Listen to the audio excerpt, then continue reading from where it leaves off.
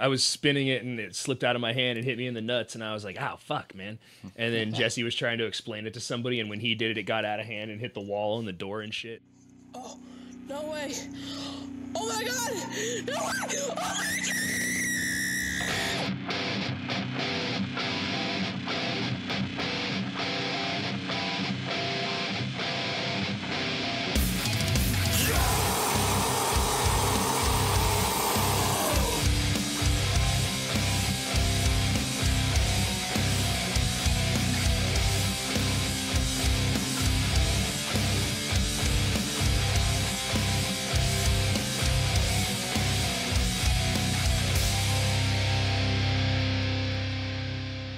I'll just start then. Welcome everybody to episode 135 of 1 Million of the Serial Chillers podcast. I'm here today with Curtis and Tyson and always Cromwell and Jesse. How's it going, dude? Yeah, hey. Yeah. It's been a while since I've got to do that. Yeah, dude. This is cool. I like hosting. It's been a while since I've been in the driver's seat, and it's gonna get weird. I know. That's why you get 1 out of every 5. We got to keep it somewhat normal. We will introduce our guests here in a moment, but before we get started, most of you know how the show works, but let me explain it for anyone that doesn't. Some weeks I sit down with old friends, new friends, good friends, and bad friends to tell the story of an infamous serial killer, something true crime, dark, creepy, unsolved, or otherwise mysterious. If something isn't clear, be sure to chime in, because if you have questions about the questions, be sure to ask questions, because I cannot answer questions about questions if you never ask questions. Are there any questions? Let's do it. All right. Ready. Okay. See, nailed that shit. It's been a while since I've done that, but I feel like I stuck the landing. Proud. Then welcome to and let's play the Serial Chillers podcast. Today's story is going to be the conspiracy of JFK. This is not so much the assassination. Well, obviously we're going to talk about it, but this is more his socioeconomic plans. Yeah, this is be prepared for a lot of pie charts. No, this is like the people who wanted him dead, why they wanted him dead, and how they might have accomplished it versus retelling the same old story of JFK. For the sources, there's really one major documentary. It's like 3.5 hours long. It's a great documentary. It's called JFK to 9/11, Everything's a Rich Man's Trick. And it ties all this stuff in. Yeah, it's got a succinct title. It ties all this stuff in together pretty cool. It starts like all the way back pre-World War I, and I'll go into some of that a little bit just so you can see the amount of dollars and the amount of power that's in play. But I'll just get right into it. John Fitzgerald Kennedy, we all know JFK. I'm not going to waste a whole bunch of time describing the guy. What I will do is give you. Yeah. I got a question before we get too far into it. Already. How much JFK impersonations are we going to be doing here tonight? So the is answer, it there? I was going to say as much as we'd like. I want to say there's going to be a lot of JFK, but chances are there's going to be a ton of Mayor Quimby. And not a lot of JFK. We're more familiar with that. Or I am no longer illiterate. Chalbert. So I'll give you a little information on some of his policies, his backstory, and the people that he may have crossed on his way to becoming a warning to anybody else who dared enter that position of power. He made some enemies along the way, spoke out against the military-industrial complex, spoke about nuclear disarmament, and spoke about a peaceful world where we worked alongside Russia and the rest of the world for a better tomorrow for everyone. But that doesn't really fit the whole, like, get money capitalist vibe. So question number 1, in what year was JFK assassinated? 250 points for the closest, 500 if you get the full date. Not even gonna do multiple choice on this one, huh? No. Nah. This is there's gonna be some multiple choice. There's gonna be some closest to. Sometimes you get exposed, baby. Yeah, just Great think back to history. He's like, yeah, come on, boys. Was it in 1984? Huh? Was it? Well, just think we went to the moon in what? Well, don't give it any hints. Okay. JFK be talking about the moon and shit. Ask not what the moon can do for you. All right, Curtis said September 3rd, 1969. Tyson said 1963. Tyson's going to get the points. It's 250 for Tyson. He was assassinated November 22nd, 1963. which is pretty close to when this episode's coming out, which is why I was like, I want this episode.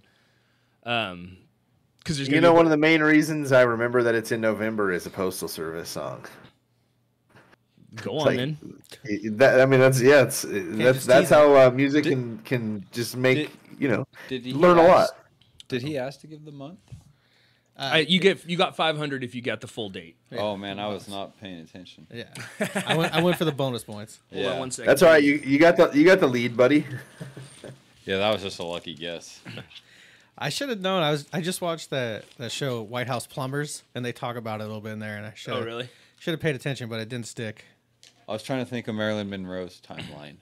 That's smart. That's smart. See, dude, that's what the show's all about. You just got to use the context. Craig, this outline's so monstrous. Yeah, so that is part of a reason why I'm reading a little fast here. Most of our outlines are like 14, 18 pages. I was gonna say between like 12 to 18 is like a pretty that's the ballpark like pages you're looking for to make the script last. Greg's at 25. This one's 25. Oh. So, yeah, but we're gonna get through it. I promise. So yes, 250 points to Tyson. Congratulations for kicking off the scoring there, Curtis. Plenty of time. Oh yeah, we get right back in this. I know. I've beaten Paul coming back from the end there. We got this. Whoa! You hear that, Paul? You idiot! Shots fired. November 22nd, 1963, JFK was assassinated in Dealey Plaza in Dallas, Texas, while riding in the back seat of a limousine. He was sitting next to his wife, Jackie O, and behind Governor John Connally and his wife, Nellie. There were also two Secret Service agents. Bill Greer was driving, and Roy Kellerman was the passenger. The Warren Commission was assembled 7 days later to determine the circumstances that led to the death of the sitting U.S. president. The President's Commission of the Assassination of President Kennedy didn't really roll off the tongue, so they called it the Warren Commission, because it was chaired by former California Governor Chief Justice Earl Warren. Some of the other name. Earl Warren? Yeah, good name. There's a couple of pretty good names in here. So the Warren Commission was comprised of some pretty powerful people. U.S. Senator Richard Russell Jr., U.S. Senator John Sherman Cooper, House Majority Representative Hale Boggs, Representative Gerald Ford, House Minority Leader. Oh, he was the House Minority Leader. Former Director of the CIA, he was the former Director of the CIA, Alan Dulles. Former President of the World Bank, John J. McCloy. And LBJ, is the one who put this whole thing together, Lyndon Baines Johnson. Dude was kind of just a bag of shit, as a person. He had had a huge dick. Who, LBJ? Yeah. Okay. Had a huge dick, and he liked to swing it. And I mean, both physically and metaphorically. He would always threaten to just nuke people to oblivion. And they're like, Mr. President, you can't do that. And he's like, no, we can. We have the nukes. We can absolutely do that. I'll do it somewhere around where your nuts hang. Well, so yeah, there's this great clip of him calling a tailor because he had pants made. And he's talking to the guy, and he's like, hey, your dad made me these pants, and they're so tight, they cut me. I need an extra 2 inches. Down where your nuts hang. And I'm like, fuck yeah, dude. That's good energy from a president. Telling some guy his balls are too big. He would, literally, he would take people around on the White House, take them on a tour, and, be walking through the Rose Garden in the back, and he would just stop and whip it out and take a piss right there while he's just talking to, foreign dignitaries. So he was that kind of guy. He like Kennedy, he had a mistress. Like Kennedy, he had a mistress. Unlike Kennedy, this lady was underage, but they had a child together. Of course, this is her side of things, but she did file a paternity suit against LBJ, and good for her because fuck him. But that's just my opinion. I just cannot help but think, like you said, foreign dignitaries in, and he's it's listen. What's your plan, Mr. President? What are you going to do to, really impress upon the Chinese consulate? He's like, oh, I'm going to take my dick out. Oh, well, I've seen that thing. That's probably actually a pretty viable plan. There's a rumor that's pretty unfounded, but there's a rumor that he was in a meeting, in the White House, in one of their situation rooms, and literally just went and flopped it on the table and was like, there, anybody have any questions? Yeah. And I mean, it seems like it's a real power move for the 60s. Yeah. Different time. Yeah. So the Warren Commission determined that there was one shooter. One shooter, 2 bullets, and 3 shots. That's what killed Kennedy. That was the official Warren Commission report. 1 shooter, 2 bullets, 3 shots. That doesn't add up. Yeah, no, it really doesn't, especially when you hear about some of the wounds. But here's some of the stuff that kind of led up to... 1 shooter, 2 bullets, 3 shots? Yeah, Lee Harvey Oswald fired 3 rounds and 2 of them hit Kennedy. One of them was a magic bullet, though, that went into Governor Connolly and like hit him in the lungs, hit him in the thigh, and then hit him in the wrist and fell out of his body on the gurney in the hospital, completely unfired. Like it was because you know how like you fire a bullet and it hits something, it's gonna deform. Yeah. Especially if it hits your ribs and your thigh and your wrist after going through Kennedy's head twice. Yeah. But instead it fell out of him on a gurney completely intact, not deformed at all. Like somebody had literally just pried it out of a casing. You just heard clink, and he's like, "Oh, well, I'll be damned." Yeah, Found it. everybody here in Texas has bullets stuck in them somewhere. You don't know that's from this. So there's the CIA connection as far as people that wanted Kennedy, that had their eyes on him. The CIA connection, Allen Dulles, the guy we talked about on the Warren Commission. He became the director of the CIA. Before this, he was also a lawyer along with his brother John Foster Dulles at Sullivan and Cromwell. These two guys helped write the Treaty of Versailles, which was ratified in 1919. That was roughly about World War I. So the whole deal was it ended the war between the Allied powers in Germany in World War I. But CIA kind of has a playbook. These guys aren't the CIA is not around yet, but you can kind of see where they get their plays from because. When the CIA does become a thing, you'll see that they like to infiltrate a country, bargain on behalf of the United States, and then install a power that listens to the United States and does what we want. Everyone's inspired by someone. Right. And when I say like on behalf of the United States, I'm talking about major corporations in the United States. So when the Treaty of Versailles was signed, it ordered 153 billion Reichsmarks to be paid as war reparations. 153 billion. Today, that's over 250 trillion. Basically, it bankrupted the country, and there were stories of people trading their life savings for a loaf of bread and papering their walls with money because it'd become so useless. And I have seen pictures of like little kids with big stacks of bills, like using them like blocks because it's got no other value. Wild. Yeah. And that was these guys from Sullivan and Cromwell, who later went on to both become the director of the CIA. They did that. So now that the country's bankrupt, the economy stopped, and the stock in major industrial businesses in Germany fell. They were purchased by American bankers and American-backed companies, and that's important to remember for later. The CIA didn't exist until 1947, but all of this was done well before World War II, which means that there were American banks and companies that were supporting Nazi growth. They were lending money to the Germans during this time. There's even this documentary also says that Hitler was put in place. Like, they needed somebody to be the guy, and they were like, he'll do it. Like, it's not that he was the guy that with these ideas that rose to power. It was like, hey, we need somebody. Let's take an ad out. Let's get a guy and put him in power. And that's they were pulling the strings. Pretty much. And that's allegedly that's what they did. But you'll see stuff like that happening later. Allegedly. Yeah. So the Dulles brothers worked alongside heads of corporations like Remington, who are obviously famous for typewriters. Yeah. Ballpoint pens. Yeah, no, that company was one of the ones who was over there funding the Germans, as well as Averell Harriman, the son of E.H. Harriman. Question number 2 for 250 points. E.H. Harriman was a tycoon of sorts. In what business did he make his money? Was it oil, banking, railroad, or steel? E.H. Harriman. Harrington? Harriman. What are the options?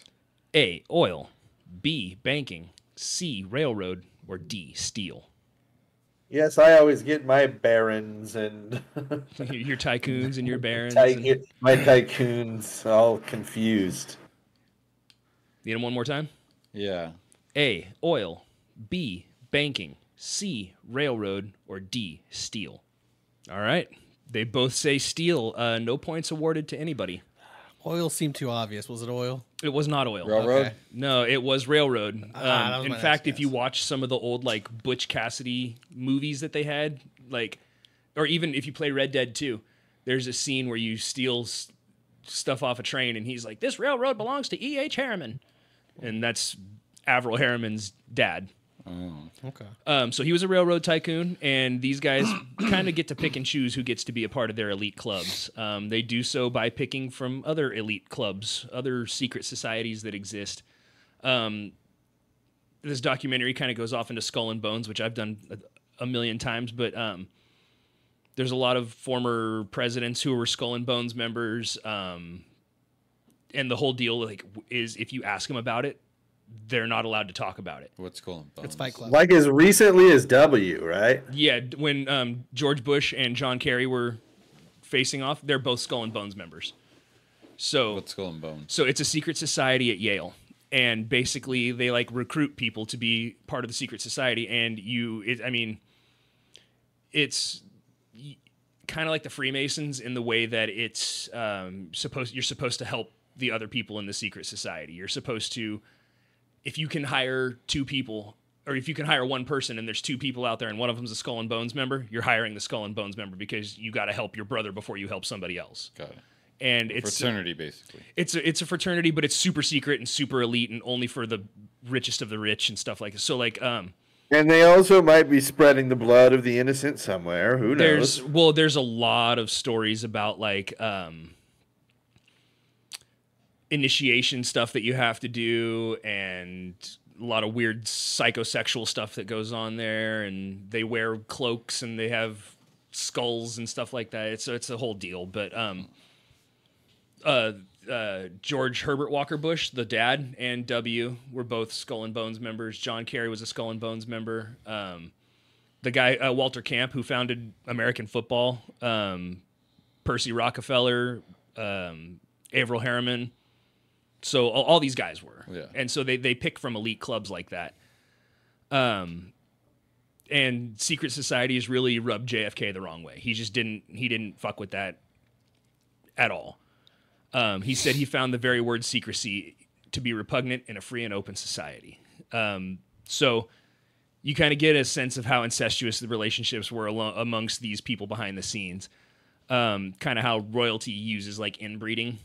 They're picking from their own little crews. George Herbert Walker, who was friends with Prescott Bush, who was George Herbert Walker Bush's dad. George Herbert Walker and Prescott Bush teamed up with a guy named Fritz Tyson, who wrote a book called I Paid Hitler, about how he financed Hitler throughout World War II. He also, have you heard of the Bismarck, the German warship?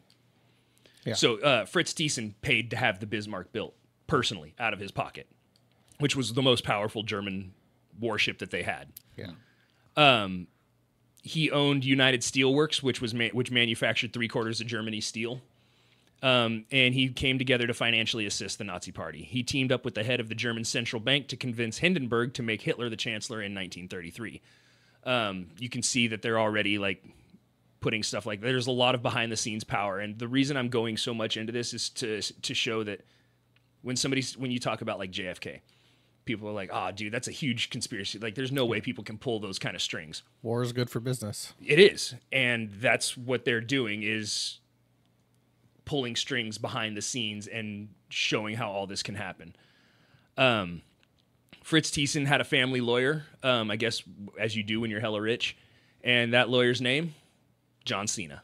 No, Alan Dulles. Dun, dun, dun, dun. Yeah, could you imagine?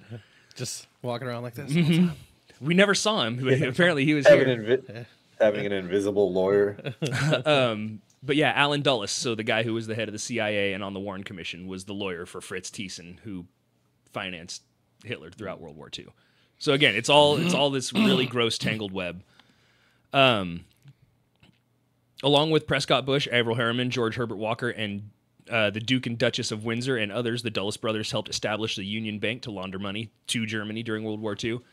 I mention this because there's so much going on behind the scenes and how the president isn't privy to all that information. But if he were to pose a roadblock for the moving of millions upon billions of dollars, that could be a huge problem for a lot of these corporations and people who are moving that money and expected to receive it. So when the president's like, I don't really like that, and he steps in to stop it, that puts a target on him. Yep.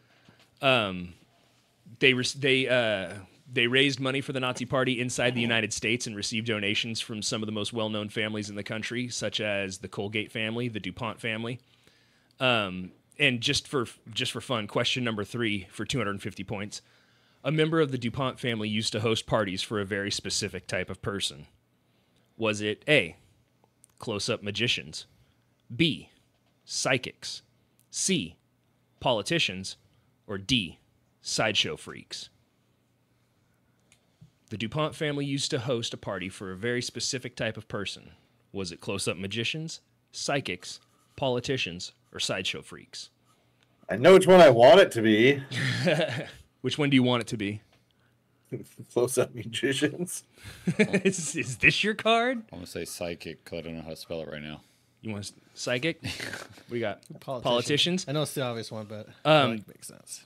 Give the points to Tyson. The DuPonts used to host parties for psychics. They would host That was my next guess. They would host spoon bending parties where they would bring in like one person who was psychic who could bend spoons with their mind, and they would have everybody like sit there and they would serve the first course, and when everybody went to pick up their fork, it would be bent, and they're like, "How did he do that?" And they would make him perform for the whole night.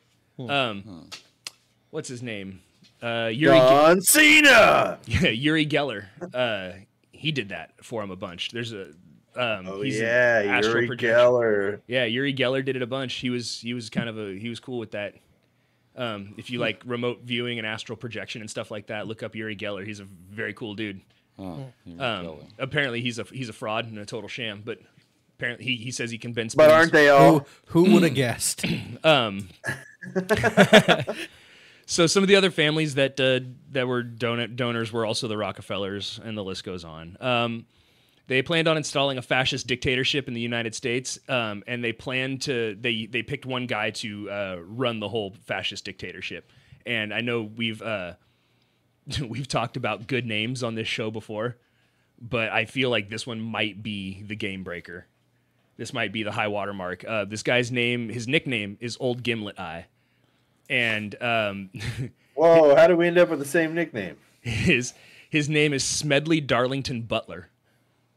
I would come up with a nickname too, but then he got stuck with that shitty nickname. Old Gimlet Eye.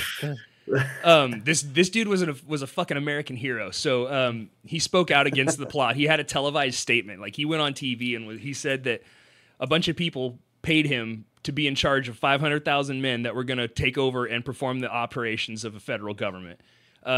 He said the plan was to use veterans to get behind the People's Guard, and he basically just played along until he had all the information that he needed, and then he went straight to FDR and was like, "Hey, so you know, bunch of Nazis are trying to take over."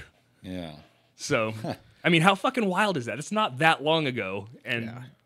they had a whole plan in place, and this guy was going to lead it, and he was like, "No, I'm not going to do that. Not only am I not going to do it, I'm going to go on national TV and tell everybody that I'm not going to do it, and that way you're trying to." So that was pretty cool, like that. But unfortunately, because a lot of these people were heads of industry and the country was on its way out of the Great Depression, FDR didn't really prosecute anybody for treason. He just kind of was like, "Hey, It's all good, buds. stop that. Chill. You stop." No. Yeah. No.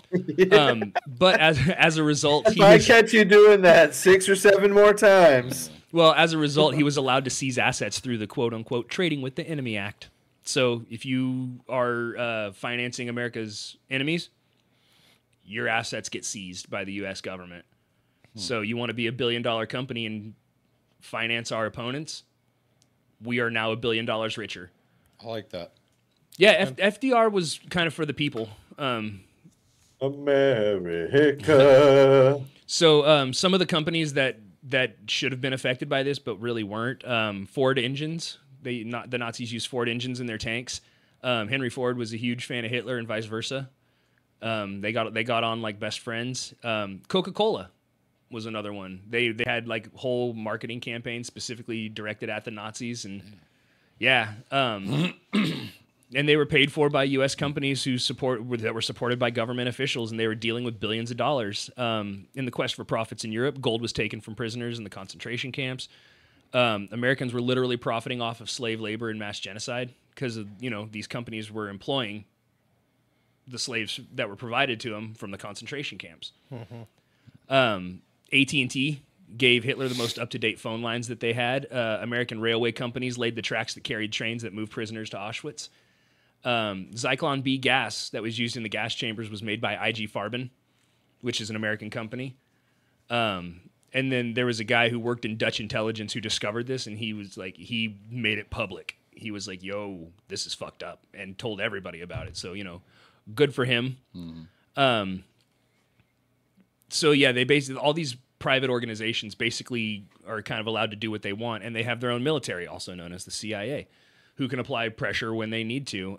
Basically, there's trillions of dollars at stake, and if you think it's not worth killing for, think again. Because, money. So outside of like the major power struggle behind the scenes that JFK was kind of fucking up, there was the mafia connection, and they were far more powerful than anybody at the time maybe realized. They were in charge of unions and therefore industry, just on a lower level than the CEO, but not really much lower. They were in charge of unions that designed sets in Hollywood, so like very few movies from the 20s on were made without mafia help. They were specific family members who were liaisons to the studios for construction, catering, teamsters. These guys were in charge of all that. So if you didn't pay the mob, they're going to stop. They're going to take away the union work, and everybody in Hollywood's a union. I mean, you've seen like the writer's strike that's been going on, like all the. I'm not saying that's the same thing as this, but still union labor. So much of Hollywood was mafia controlled that heads of studios used to have to contact mafia dons to get the go ahead on films. They'd be like, we want to make this movie. And the guys would be like, we don't really want to invest the manpower in it. No. So they put the kibosh on a bunch of, Hollywood movies. But as a result, they also had, Hollywood celebrities kind of on their payroll. They had people like Gary Cooper, Clark Gable, Rat Pack members Peter Lawford and Frank Sinatra, and even Marilyn Monroe. They were all bagmen for the mafia. So what they did was, you would fly. They would be on a plane, go wherever, but they didn't have to go through security. So you want to move a bunch of drugs, you want to move a bunch of money, you want to move whatever. It goes with a celebrity. Nobody ever stopped. Nobody ever stopped Frank Sinatra and said, "Excuse me, sir, you can't have $300,000 in this bag." Yeah. You know what I mean? Yeah. As much as then how am I supposed to buy all this coke? Yeah. Then don't open her bag. So question number 4. There was a specific priest who worked for the mafia, and he had a nickname. What was his nickname? Was it A, Father Cash, B, Pope De Niro, C, the Golden Priest, or D, Holy Fingers? Yet again, I know which one I wanted to be. What are the options again? Father Cash, Pope De Niro, the Golden Priest, or Holy Fingers? Yes, hello, I'm Holy Fingers. Can I change my... I say Sure. Do 20 Hail Marys, and then put my fingers in your mouth. All right, so Curtis said the Golden Priest. Tyson originally said the Golden Priest and changed his answer to Father Cash. The answer is Father Cash.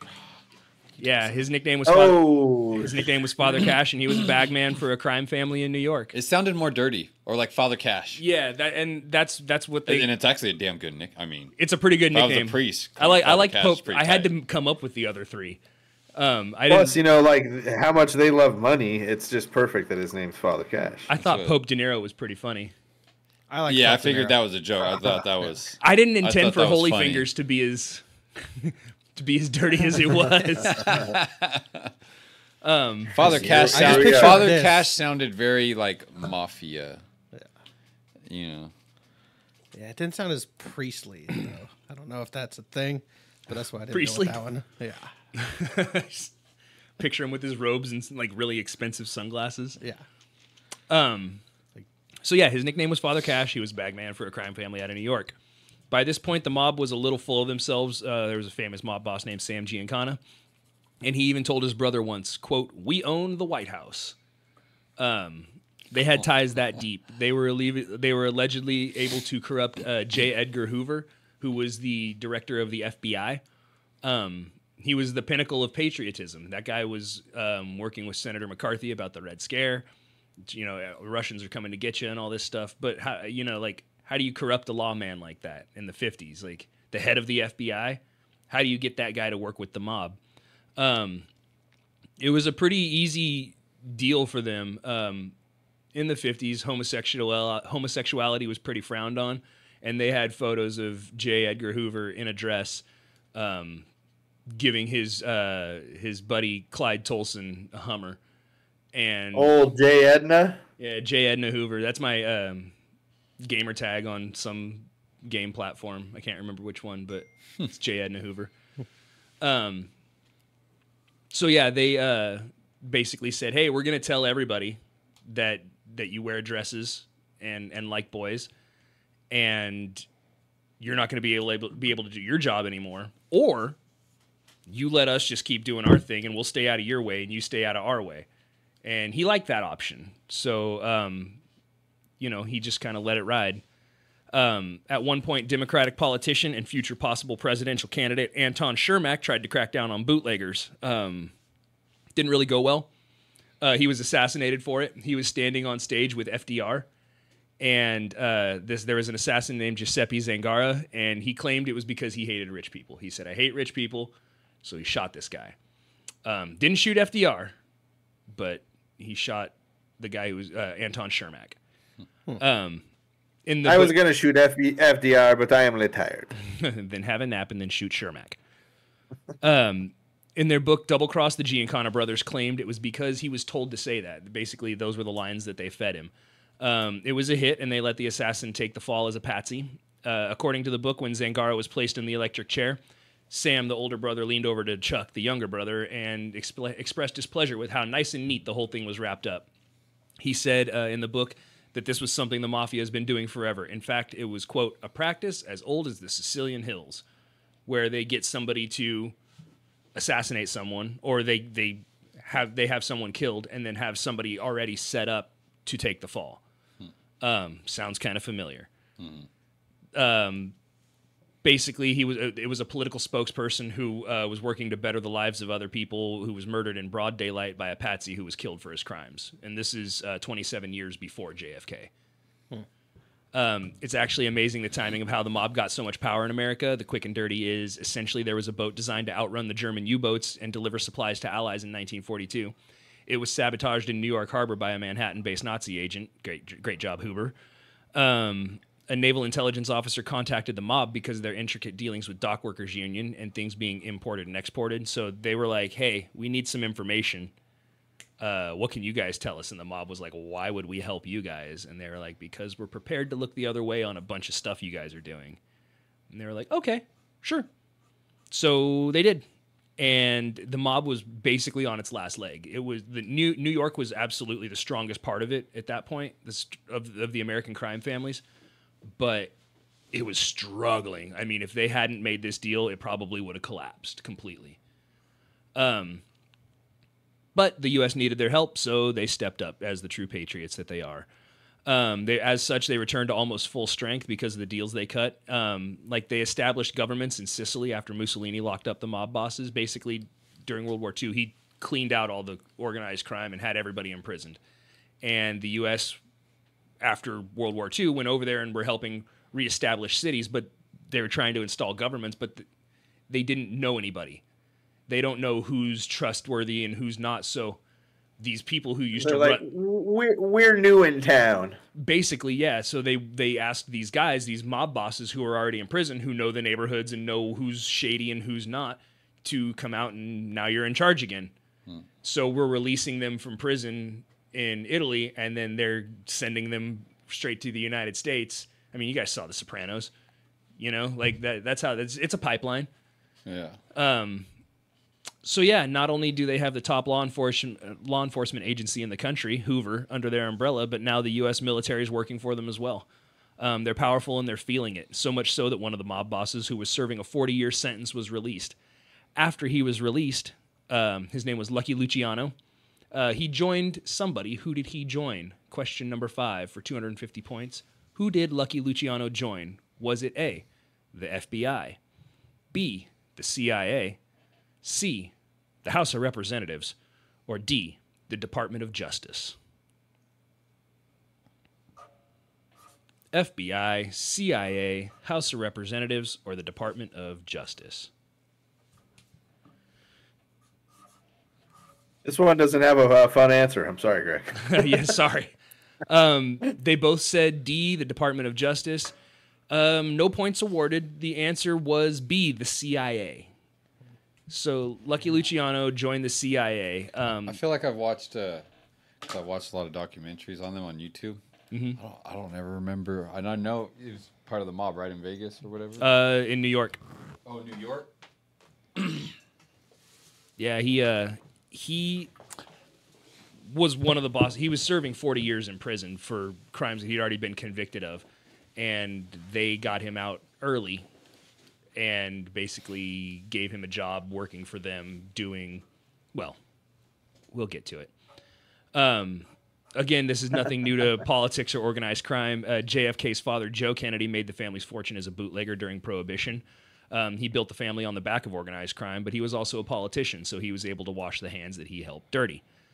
He built a relationship with large East Coast crime families and used that to further his family's lot in life. As a result of this, when his sons Jack and Bobby got into the political game, there were certain expectations. There was a lot of like, hey, we're going to keep this rolling, right? Organized crime's going to get to keep being us, and you're going to stay out. Back scratching, hand washing, and such. In fact, Sam Giancana helped Joe Kennedy out of a jam. Joe had a bounty on his head for allegedly, quote, swindling an East Coast crime family out of a fortune. And they wanted him dead. He asked Sam for help, and Sam took care of it. A favor gets a favor in return. Crime families don't like that. Yeah. They don't like to be swindled by East Coast politicians. Sam wanted assurance that when his sons were in the political game, that the recent heat the mafia had been feeling would be reduced with the help of the Kennedy boys, to which Joe agreed. Basically said, yeah, they'll play ball. In effect, basically signing his children's death warrants. Sam Giancana tried to lure the Kennedys into his world and got really close. Peter Lawford, the actor and Rat Pack member and bagman for the mafia, married Kennedy's sister. Sinatra wrote a campaign jingle for Kennedy. All outward appearances showed that JFK was tied in. In reality, he was allegedly in bed with Giancana's girlfriend. Her name's Judy Campbell, and he was basically gleaming her for information about what Sam was up to. He was having an affair with her, and he would be like, what's Sam doing? And she would say, oh, yeah, we're moving this here, and we're doing that there. And she'd be like, well, what are you doing? And he'd say, oh, we're working on this, and we're working on that. And she would take that information back to Sam. So she was kind of the go-between and playing both sides. Honey pot and son of a bitch. A little bit, yeah. Except that Kennedy was giving her incomplete or falsified reports on what they actually knew about the mafia, controlling the information flow and keeping Giancana in the dark. Pretty slick. Nobody's ever double-crossed the mafia and had that go bad for them. I mean, it's Yeah. good American president. Yeah. You gotta do what you gotta do. Right? That's how all the mafia movies I see go. They're like, hey, double cross us. Like, hey, respect. Let him go. Yeah. So JFK then froze over the relationship with Judy, with Sinatra and the others. He just iced them all out one day. Had a meeting with Giancana and his father at a hotel, and nobody really knows what was said at the meeting, but the three of them went into a hotel room. There was some yelling. There was some very loud discussing, and that was that with that. And so it's tough to say exactly what was said. Obviously, nobody in there can tell us. But then that leads us to the political connection. Obviously, everybody's vying for power. They want power and money, and the only thing they fear is losing either or both. That's why you see political dynasties like Jerry Brown and his dad, Jerry Brown, or Bill and Hillary Clinton, or the Bush family, because that's power, and they can't just let go of it. They can't just turn it over. Prescott Bush had run a newspaper ad in 1947 looking for a politician to groom. Just somebody that he could help turn into the next president of the United States. Enter snot-nosed Richard Nixon. Nixon teamed up shortly after with a gangster by the name of Jacob Rubenstein.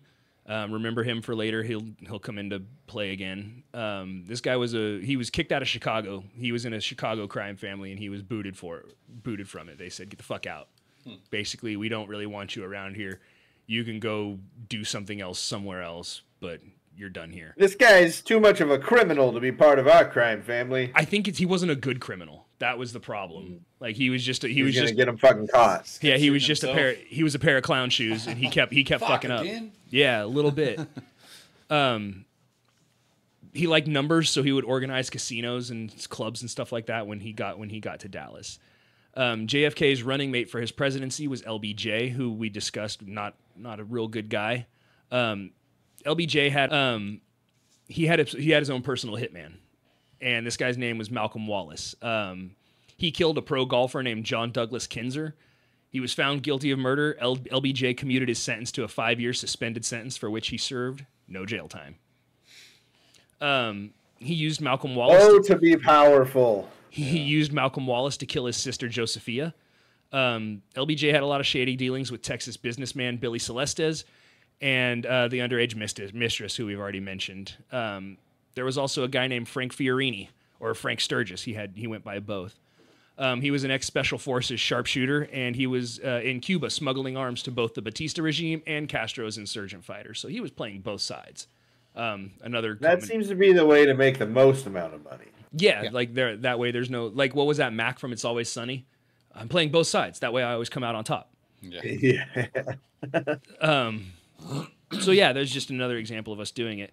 Fiorini felt double-crossed by Castro, and Castro took precautions like closing Cuba's casinos and nationalizing the business. Basically, the mob, because they were getting shut down for gambling in the United States, had gone to Cuba and opened up casinos there. And were getting their drugs and importing and exporting through Miami and having all their dealings in Cuba and making money hand over fist while people are going on vacation. They're going to Havana and they're gambling and they're doing a bunch of drugs, and the mob's making crazy money and then bringing it all back to the United States. And the government was like, hey. And they're also making money off it there too, just not off gambling as much anymore. Right. So they're making crazy amounts of, like, I mean, at one point it was multiple millions of dollars a day. And so that's a crazy amount of business. And Castro started fucking it up for the United States, who was supporting the mafia bosses who were doing this. So now the flow of cash has stopped, or has come down to a trickle. The mafia is pissed at Cuba because the illegal gambling's been stopped. The major corporations who've been using Cuba for its resources are pissed because now they're being told they have to pay a fair wage to their employees, fair market price for their resources. It's putting a dent in all their profits. So they assemble a hit squad. Whoa. We got to treat these humans like humans? Yeah. How dare you? I don't know. That's why we moved out here. So Alan Dulles, Averill Harriman, and Richard Bissell decided that their old friend Prescott Bush's oldest son, George Herbert Walker Bush, should have the honors of assembling a hit squad. This was corroborated by a memo from J. Edgar Hoover on November 29th, 1963. So 7 days after JFK's assassination. That George Bush Sr. assembled a hit squad? Yes. Yeah. I'm learning. You're getting there. So this memo alleges that E. Howard Hunt, a CIA assassin, was helping supervise anti-Castro Cubans. He got help from an oil buddy, Jack Crichton. They recruited and trained a bunch of Cubans, and they went by a bunch of different names to keep it covert. I'm going to give you I'm going to give you 4 names. One of them is not the right name. All right. So I'll give you 3. Pick one that's the wrong name that they didn't go by. Were they called A, Alpha 66, B, AR 40, C, Operation 40, or D, 66 Whiskey? Which one of those? Yes. Cuban B. Which one of those is not one of their names? Read them again. Curtis, get on the board, Curtis. Let's go. I know. I need something. Alpha 66, AR 40, Operation 40, or 66 Whiskey? All of these sound like football hot routes or audibles. Just start calling them out. Alpha 66! So Curtis said B, AR-40. Tyson said C, Operation 40. The correct answer is D, 66 Whiskey. That was not one of their names. They did go by Alpha 66. They went by AR-40, and they went by Operation 40, amongst other names. Damn it. And they were a hit squad assembled to kill Castro, kill any supporters of Castro, overthrow the government, and install a government that helped support American corporations. Again, seems super familiar, right? Like something 9/11. Like it's well. Yeah, you guys aren't supposed to forget about that. Yeah, so. we'll get there. The precursor to a lot of this was called the Bay of Pigs. I'm sure you guys remember that from high school, heard about it. Here's basically what that was. It was called Operation. Wait. I'd like both of you to write a 500-word essay on Bay of Pigs right now before we move on. Yeah, remember having to do that in sophomore history. Question number 7. Yeah. Let me just go to ChatGPT real quick. Yeah, right. So it was called the Bay of Pigs or Operation Zapata, and remember Zapata. That's important for later. It was a massive shitstorm that didn't necessarily have to happen. So here's where Zapata comes in. George Herbert Walker Bush was the sole owner of Zapata Oil, which was drilling on a small island off the coast between Cuba and Miami. So just between the two, there was a little island there. The CIA also used that place to stock up arms for the training camps that they were running. Just as an addition to that, Bush named his planes in the military because he was a pilot. He named them Barbara 2 and Barbara 3 because his wife's Barbara. Yeah. I call her Barb for short. The civilian ship that was definitely not a naval ship moving weapons for the CIA was also called the Barbara. So probably not tied in. Probably has nothing to do with... Sensing a theme. Yeah. Fucking simp. So essentially we, the U.S. and U.S. trained forces, invaded Cuba. There was a precursory bombing run, and a day or two later, boots hit the ground. They had sea support and air support, and was supposed to come. And they had sea support and air support was supposed to come through and help finalize the situation. This is what was promised by the CIA. They basically said, "You guys make this move, and we'll make sure you have air support and finish it off." And by the time the news had gone international, JFK was pissed about the whole thing. And as such, withheld air support, resulting in the death, capture, interrogation, and imprisonment of U.S. and U.S. trained fighters. Pissed a lot of people off. There's a cool interview with Frank Sturgis, or Frank Fiorini, and he's sitting there talking about, I was at the Bay of Pigs, and they just left me out to dry. We were supposed to have air support, and no, we just get shit on. He's like, that's fucking crazy. But don't feel too bad for them, because, this guy's an asshole.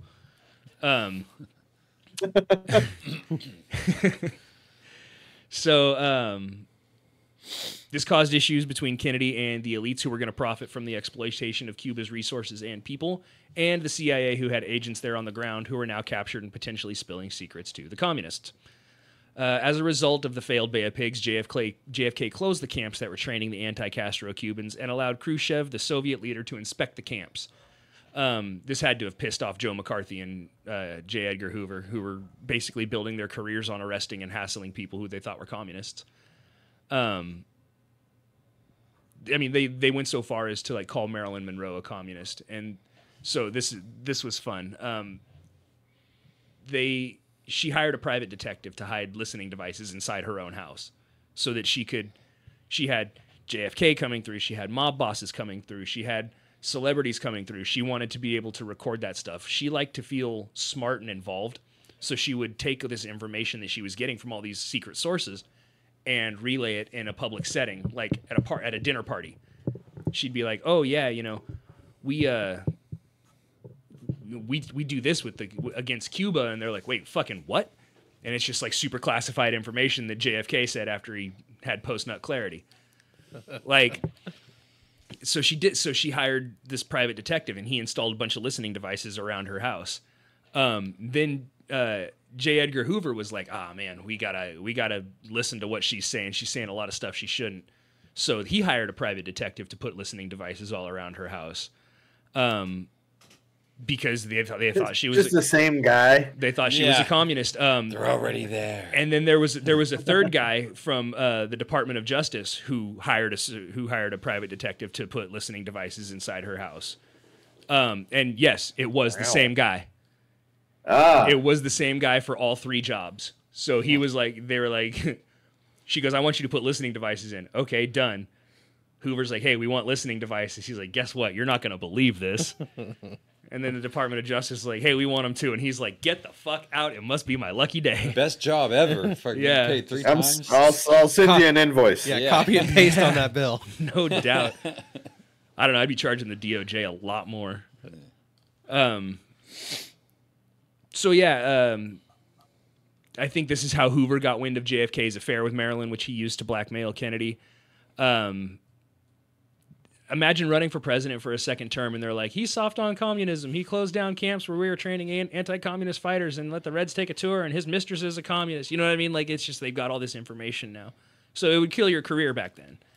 And it got out of control fast. But hey, that's propaganda, baby.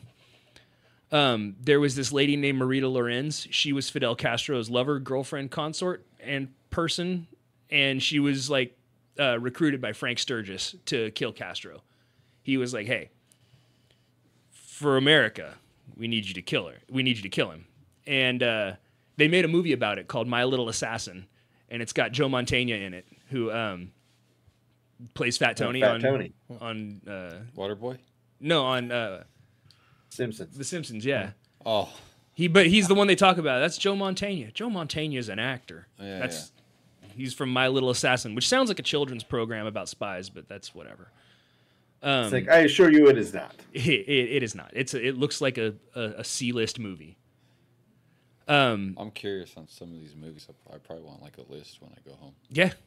I'll set you up. Yeah. So she was talking to Mark Lane, who clarified who was involved in the Kennedy assassination and why. She was giving an interview to Mark Lane, and she said who was involved. She said Alan Dulles, who was fired from the CIA after Operation Northwoods. He was pissed and he wanted revenge. Now, Operation Northwoods was the CIA had this plan, right? And their plan was to hijack a civilian airliner and land it on that island that Zapata had and offload all the people. And then crash the airliner into Miami and blame Cuba so that we could invade Cuba. Parts of that sound very familiar. Doesn't that sound really familiar? Mm-hmm. Basically, Kennedy heard about this and was like, no, not only no, hell no, and you're fucking fired. And so he fired Alan Dulles after Operation Northwoods. Dulles is pissed. Soft on communism. Some of the others involved were Richard Bissell and General Charles Cable, who were also fired because of this. Robert Mayhew enlisted Sam Giancana's underboss, Johnny Giselle, to put a hit out on Castro. And for that, he was given an award. Just kidding. He was fired. We already mentioned JFK don't play mafia shit. And while all this was happening, Jack Crichton and the Bush family had just purchased question number 7. Now, this is the closest too. Question number 7. How many acres did Crichton and Bush purchase to drill for oil? Closest to the answer is 250 points. 1,000 points if you nail it. Give me that sweet, sweet oil, baby. How many acres did Crichton and Bush purchase to drill for oil? Okay, Curtis said 650 acres. Tyson says 400,000? 700,000. Neither of you guys are close, but Tyson is closer. They purchased 15 million acres. Holy crap. Yeah, roughly half the island. Just a tiny little 15 million acres, Stan. It's okay. Here's a chance to get some points right back. So they purchased 15 million acres of this island to drill for oil. Castro took power, and he said, no, we're going to reduce that number. So question number 8. How many acres were left after it was reduced by Castro? Another closest, 250 if you're the closest, 1,000 if you nail it. Remember, Castro, notorious asshole.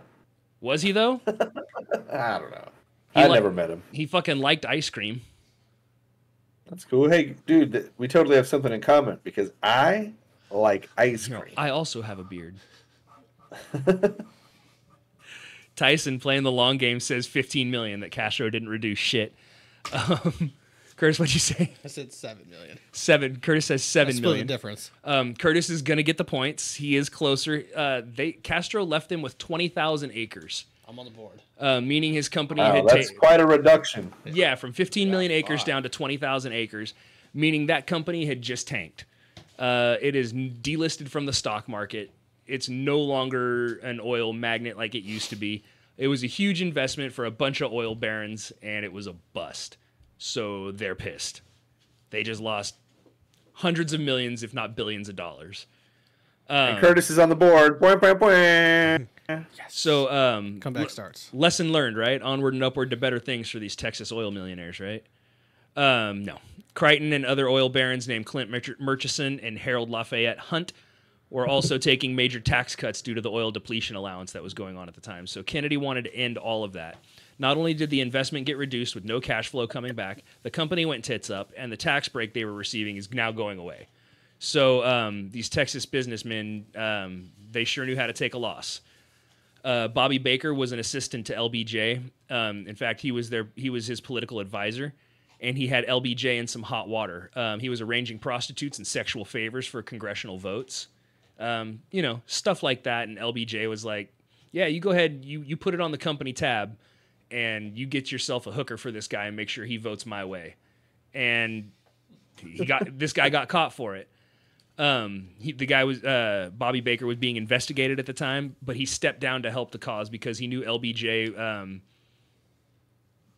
his time in the White House was limited unless he was in the big boy chair, because this is when he was still before he was president. J. Edgar Hoover, obviously we talked about him, been making a mint, letting the mafia do its thing in exchange for millions of dollars, privacy concerning his sordid private life. He and Mafia Don Vito Genovese also had invested millions of dollars into an oil business owned by Clint Murchison that had tanked and gone bankrupt as a result of Castro. So now Hoover's not only out a bunch of money, he's got this because of this president. He has this president who's pushing back against all of his policies. So he's kind of caught between a rock and a hard place. Plus, like I mentioned, my own personal theories that Hoover thought he was soft on communism and just had him on tape with Maryland. It's just that's my opinion, but whatever. Now we've heard about how the mafia has tricks, quote, as old as the Sicilian hills, like letting a patsy take a fall for them. The mafia is working with business tycoons and governmental and extra-governmental agencies. They could all employ the same tactics. So the best way to set this up so that it can't be traced back to you, they used George de Morenscheit, who was the petroleum geologist and professor. He was exiled from Russia. He was an exiled Russian count and a CIA agent. As a petroleum geologist, he was friends with Texas oil barons, including Crichton and Bush and the rest of them. He also had a friend named Lee Harvey Oswald. This documentary that I watched alleges that George was Lee Harvey Oswald's handler. Basically, it places him. They told him to go to the book depository to be found and burned their asset. They said, "You're going to go here. You're going to wait for instructions." And he realized what was up and bailed. He leg bailed and fled. According to a different documentary, however, Hoover had information on Oswald being a CIA agent in 1960. So he knew who Lee Harvey Oswald was, knew that he was working for the CIA in Cuba at their training camps, working to help overthrow Castro and stuff like that. Allegedly.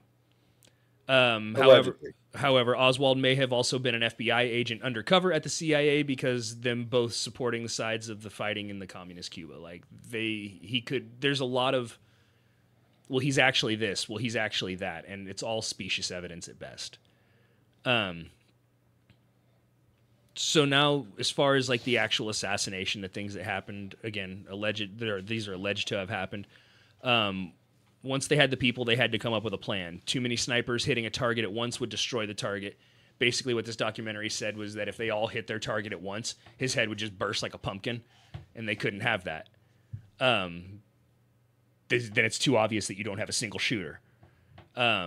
So there has to be fail-safes in case the first shot misses. And what do you do with the body afterwards? And Can't have all this evidence rolling around in the public domain, so you have to have an airtight seal on the entire situation. You need to have control of the body after the assassination. You need to have control over the witnesses, but more specifically, you need to have control over the narrative. So once everything's set in motion, Nixon, who was brought into the political game by Prescott Bush, has a gangster. Remember Jacob Rubenstein? There's also evidence that points to Nixon hiring Howard Hunt to be the assassin, but Hunt would be a CIA assassin, and Prescott Bush was director of the Union Bank. His son was working for the CIA. The math is hard to follow, but it's all there. Basically, at the order of Sam Giancana, Rubenstein took Oswald under his wing. So he introduced Lee Harvey Oswald to a bunch of people. Question number 9. One of the mafia's hired guns is the father of a famous actor. One of the guys that they had set up for this assassination is the father of a famous actor. It's multiple choice. It's for 250 points. Was it A, Tom Hanks's dad? B, Woody Harrelson's dad? C, Tom Cruise's dad?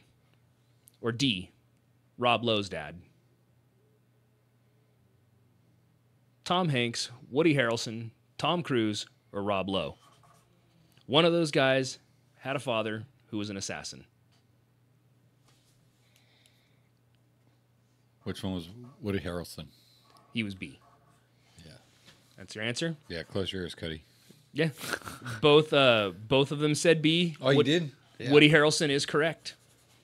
He's just a really cool guy. Yeah. Seems like his dad, you know what I mean? Seems like he would come from an assassin, like a badass dad. His dad's name is Charles Voight Harrelson. Woody just makes sense. I thought maybe there'd be like a special connection for him than for the White House plumbers thing. I mean, I he saw did. him. It's because in Zombieland, he just looked like, There you go. He looks like the spawn of a hitman. Yeah. right? So yeah, his dad's name is Charles Voight Harrelson, father of Woody Harrelson. There was also a guy named Charles Nicoletti and a guy named Milwaukee Phil Aldericio. These guys were brought in at the request of Sam Giancana. They flew to Arizona and were driven to Dallas from there. Every gunman was told they would be paid $50,000, and it was to be paid by the oilmen, so it couldn't be traced back to the CIA or the mafia. So these Texas oil barons are bankrolling this. The CIA and the mafia are putting people in place, and then there's the ground level work. So Crichton and Bush were in contact with the Dallas mayor, Earl Cable, brother of the now fired CIA chief, Charles Cable, from Operation Northwoods. Fired his brother's Earl Cable, mayor of Dallas. So they were able to use the 488th Intelligence Society, which is a secret society of sorts that includes roughly half the Dallas Police Department at the time, as well as members from the John Birch Society, which is like a religious deal, it's like the 700 Club kind of. And then also includes members of the KKK. So just so we're clear, that means roughly half of Dallas PD is working for the CIA, who are working alongside the mafia, who are working for wealthy elite war criminals. Now that they have control on the ground, any reaction from the police force will look genuine, since assuming half of the officers there would be legit responding. They still had to work out... What's that? Good God. Yeah, it's like when you think of something like the JFK assassination and everything that goes into it, you're like, there's no way that they could have like a solid grasp on everything. And then you start hearing stuff like this and you're like, oh shit, actually, they could. Well... So now that they have control on the ground, any reaction from the police, yeah, got all that. They still had to work out the angle of not completely destroying his head when they shot him. They contemplated having an assassin run up point blank, but then they were like, the Secret Service is there, they'll stop that. They don't have any control over the Secret Service. Remember Marita Loren, Castro's girlfriend? She testified that they drove from Miami to Dallas with Frank Sturgis and a trunk load of weapons in a backup car. Jerry Patrick Hemming was also there with them, and he was a mercenary like Sturgis. There was an interview where they asked Sturgis, they said, were you ever offered money to kill President Kennedy? And he's sitting there and he's looking at me and goes, directly? On numerous occasions. And they're just like, oh, fucking, okay then. I guess we got what we need. Thanks. Yeah. I was gonna say, we actually thought we have this room rented for another 6 hours. Yeah. So I don't know if No you more guys wanna questions, Your you guys, Honor. Want to do something? Or guys like ping pong? Want to get a spicy movie? Yeah. So there were these two other Cuban brothers named Ignacio and Guillermo, a Cuban pilot named Pedro de Aslan, and a Cuban man named Orlando Bosch. To Marita, all of this was normal, meeting and seeing all these people. She was cool with all this. They met with E. Howard Hunt, the CIA agent, who stayed an hour and then left Sturgis with a large envelope filled with cash. Spotlight magazine did an article with former CIA director Richard Helms, who said that Hunt was a CIA assassin and in Dallas on that day. So he said, yeah, on the 21st, he met with these people, and that happened. Hunt sued Spotlight for defamation because of this article, and he lost. So let that sink in. He lost. They couldn't find reason to believe that story wasn't true. So that's good. There's a little bit of evidence right there. His story's changed at least 5 times from when he's been questioned on separate occasions as well. So this was November 21st, 1963, the night before the assassination.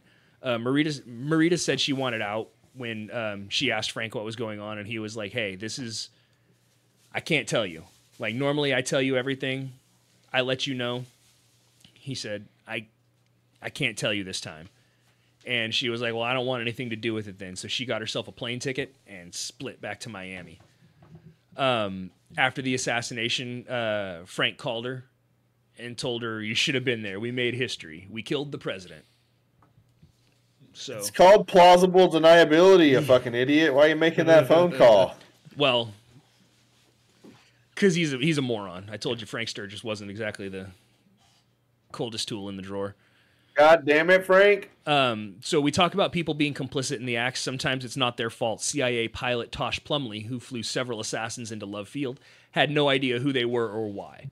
He was just following orders. His orders were to pick these people up from this airport, land them at Love Field, and that's that with that, and don't ask any questions. And he's a CIA man, so he said, okay. And he did.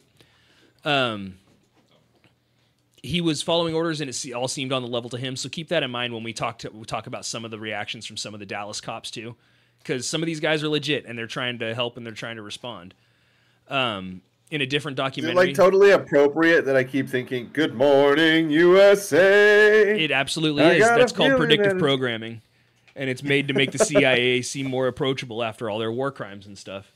It's made to make them seem like a bumbling bunch of goofs instead of I think it actually makes them terrifying. Because it's just a bunch of goofs running a multi-trillion-dollar industry. Yeah. In a different documentary, they allege that Tosh Plumley was part of an abort team who was supposed to get these guys out in case something went sideways. They also testified he also testified during the Iran-Contra affair in the 80s for trading drugs for guns and putting those drugs in the inner city. Or guns for drugs and putting the drugs in the inner city and helping the CIA spread crack. So he testified in that. Sprinkle a little crack on him. Let's get out of here. A little bit, yeah. So according to this documentary, they had a fucking rager the night before all this went down. Everybody was there. And everybody. It brought all the dastardly dudes out to enjoy it. Riflemen, radiomen, getaway pilots and drivers, false ID suppliers, everybody. Madeline Duncan Brown, this was LBJ's underage mistress, and the mother to his illegitimate son, testified that in attendance were J. Edgar Hoover and Clyde Tolson, because they went everywhere together, who stood to lose millions in mafia money as well as be outed as homosexuals and as corrupt law enforcement officials fabricating problems that only they can fix in an effort to stay in power. The Brown brothers from Brown Brothers Harriman, which was the bank that was founded by Averell Harriman, son of E.H. Harriman, who financed war crimes during World War II. Governor John Connally, Cliff Carter, and Senator Joseph Yarborough, they stood to lose millions in lost defense contracts when the war never came to fruition, based on Kennedy's policies. Head of the Dallas arm of the Mafia, Joseph Sylvia. Mayor of Dallas, Earl Campbell, who were both working for the CIA. Chase Manhattan Bank Chief John McCloy was there. Fun fact, McCloy was a Nazi and shared a box with Hitler at the 1936 Olympics. He was there watching him just shake. Yeah, watching him fiend. Mafia representatives Carlos Mocello and Jacob Rubenstein, and Tricky Dick Nixon, they were all there. Oil Baron Harold Lafayette Hunt. This documentary also said Ammon G. Carter, founder of the Dallas newspaper, was there, but I did a little quick search on him, and he died in 1955. So I'm thinking it was just a representative from the newspaper who was there, not the guy who's founded the newspaper. I see. Also, Malcolm Wallace, LBJ's hitman. LBJ was there, and according to his mistress, he came out to greet her, and he was all kinds of excited. He was pissed off because he'd been embarrassed, and he swore it wouldn't happen again. He said, quote, "After tomorrow, those SOBs will never embarrass me again. That's no threat. That's a promise." So LBJ was pissed. The plan was in motion, and there was nothing that could stop it now other than complete and utter failure on the parts of literally everybody involved. Next morning, when Kennedy landed at Love Field, he was led to his limo by John Connolly and the Secret Service agent Henry J. Rickber. He attempted to take up his position on the right rear panel of the car, but if you watch the video of like him driving away in the limo, he's going pretty fast. The Secret Service agent's running, trying to keep up. Normally, it's a light jog, and it's but they had some miles to make up, so. He's sprinting alongside of it, and you can see one of the agents in the car stand up and be like, just fall back. And he's like, what? Why? And that's all there in like the televised footage of him leaving Love Field. Mm-hmm. So already he could tell something's up. Just trust me, buddy. Yeah, you got to believe me on this. The Secret Service were all gathered on the car behind Kennedy, offering no real protection at all when they were leaving. Allegedly, the military protection in the crowd had been removed at the order of some of the high-ranking officials who were in on it. There are no Secret Service police or military snipers around on any rooftops, and they are driving into a metropolitan area full of buildings and hiding places. So it all seems like a good idea. Strangely enough, even though there's people literally packed on the sidewalks all along the parade route, there's almost nobody, comparatively speaking, in the area where Kennedy was actually shot. So where he was assassinated... that little strip there, there was really nobody on either side of the road. I mean, there were people. Had it nice and cleared out. But if you look, I mean, people are literally like packed in like sardines in other spots. And this area, it's sparse. There's people standing around. They've got room. Bullets can get through. Yeah, there's a little kid running down the sidewalk trying to catch up to the limousine. Like, there's space. There's so much room for activities. There's a dude with an umbrella. A lady, babushka lady. Oh, we'll get there. Oh, yeah. So there was the Cuban marksman, Eladio de Valle. He was the first sniper in position, and he was in the Daltex building.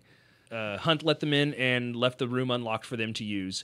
Eugene Brading is a client of Ray G. Gill, a lawyer who also represents the mafia boss Carlos Mocello, and he has a getaway pilot by the name of David Ferry, who's also a CIA agent and a private detective.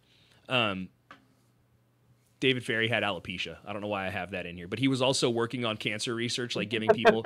I put in there that he has alopecia.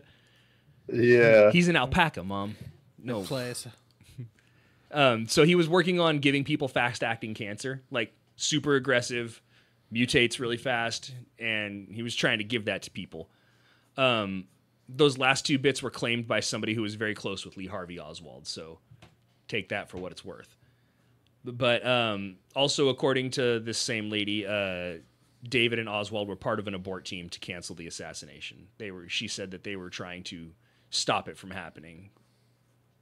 But she also said that he was working on super cancer and had alopecia. So, again, take it with a grain of salt. Yeah. Also, if you read the Stephen King book, 11/22/63, there's another person trying to stop the assassination. Alternate timeline shit. Absolutely. There's probably a handful of people who were trying, but you'll never hear their story, Yeah. So Brading and Charles Nicoletti are in position. Milwaukee Phil Aldericio and a couple of other Cubans are guarding the broom closet that those guys are held up in.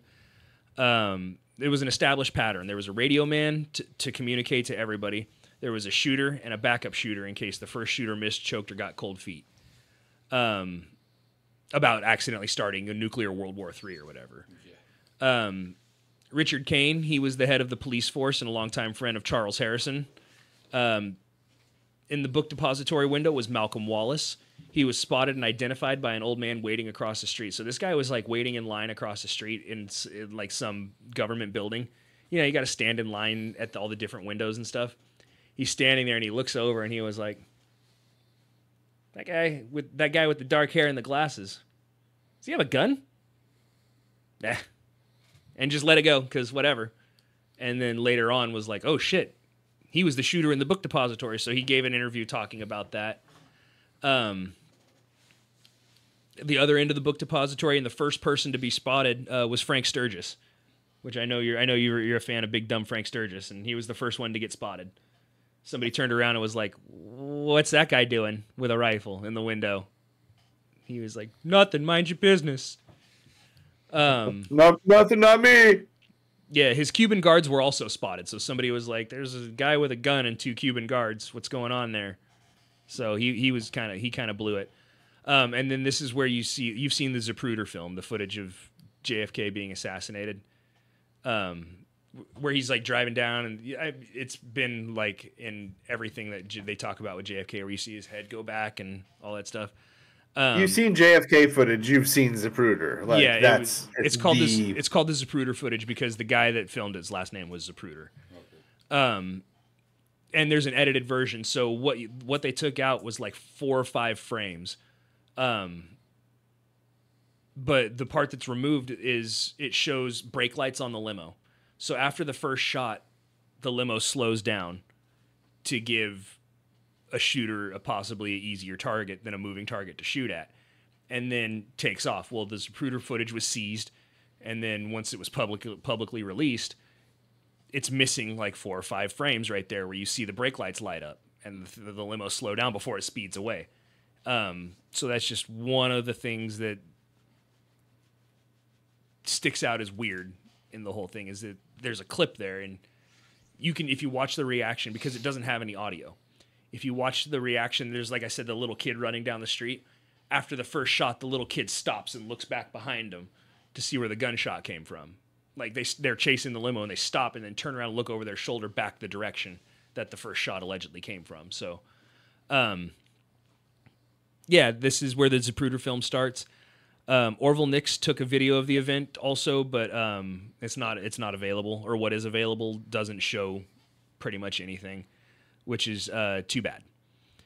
To counter the issue of the exploding man's head with gunfire, they had 4 stages that they took up. Stage 1 was a 40-yard shot by Charles Nicoletti from the Daltex building. It was corroborated from a couple of different documentaries. Single shooter theory. If he hits his shots, they get exactly what they want. They have one shooter, one guy, one problem, or one lone gunman. But he missed. He hit the top of the windshield, and the ricochet continued down the road where it hit a curb, sending broken concrete into the air and scratching the face of an onlooker named James Tague, who was standing underneath an overpass watching Kennedy's limo come this way. And the first shot went over Kennedy, hit the top of the windshield, and then went down and hit the curb on the ground next to him and blew a piece of concrete up that scratched his face. Jesse, you mentioned Umbrella Man. He played an integral part in this.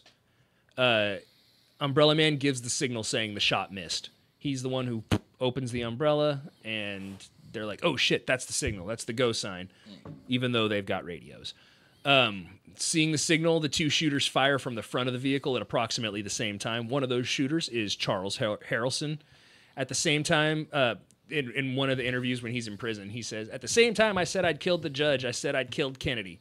If you believe Lee Harvey Oswald killed Kennedy, we'll get back to that. Alone, without any aid from a rogue agency of the U.S. government, or at least a portion of that agency, I believe you're very naive if you do. So, that's Woody Harrelson's dad giving him the business. Man, he's proud of that shit. I mean, when you make your living off of it, it's pretty much just good advertising. That's true. Harrelson hit JFK in the throat. If you watch the Zapruder footage, you'll see the first thing he does is go like this. A second marksman further up the hill in a culvert is the one that actually put a hole in the windshield that we've all seen. Like, if you look at JFK's limo, there's a hole in the front of the windshield. That's this guy shooting from up on a hill. This is a bit conflicted because this is allegedly the grassy knoll shooter. There's contention around this because one of the documentaries claims it was James Files, and there's certain things that he knew about the case that hadn't been public information. So it's like, oh, this guy knows, but he mentioned he used a mercury bullet, and there was allegedly there was mercury in the brain and the skull of the body, but that doesn't make a whole lot of sense because, as we get into later, chain of custody was broken.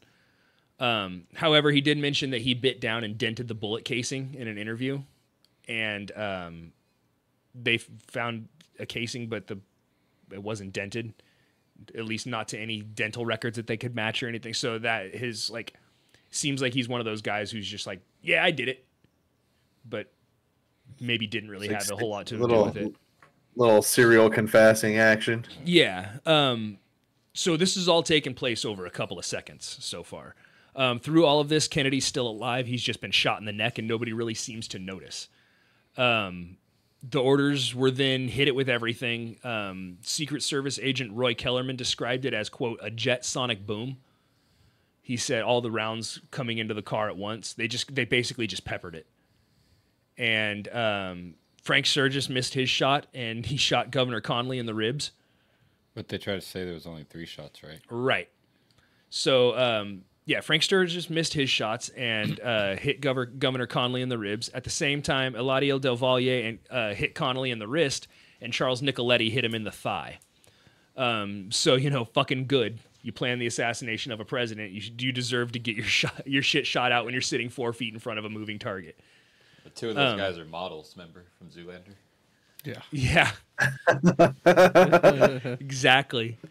Malcolm Wallace then struck Kennedy in the back, as was reported by the Secret Service witnesses in the second car.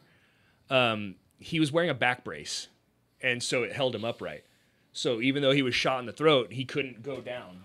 He couldn't duck down, or he's got a back brace holding him up. So he was holding his throat, and then he gets hit in the back.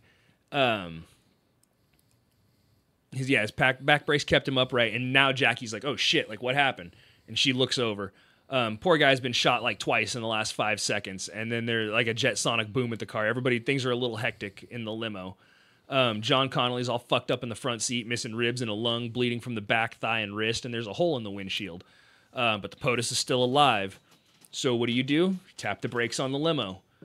So the driver stops the limo, and that's where you see cut from the Zapruder film. The limo slows down to an almost complete stop.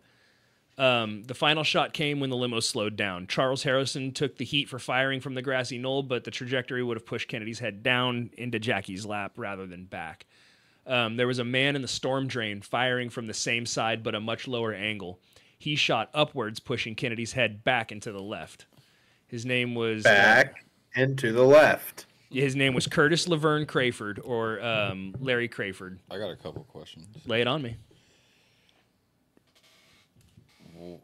Well, first of all, I'm saying this about the brakes, or never mind. What's weird that they cut the clip. Because I was like, your first instincts when anything happens to your car, when you're in your car, is like hit the brakes. Right.